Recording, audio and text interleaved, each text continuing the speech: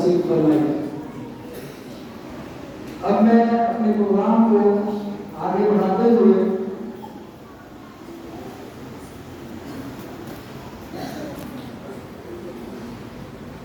अपने इस मजलिस के जुड़े रहो।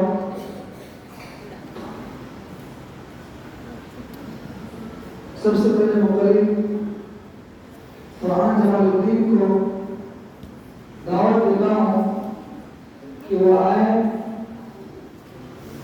और अपने मौजू पर तकरीर पेश फरमाए इस शेर के साथ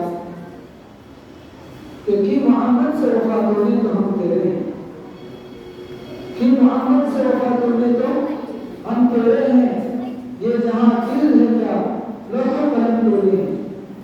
मोहम्मद की मोहब्बत दीन हक की शर्त अव्वल है, मोहम्मद की मोहब्बत दीन हक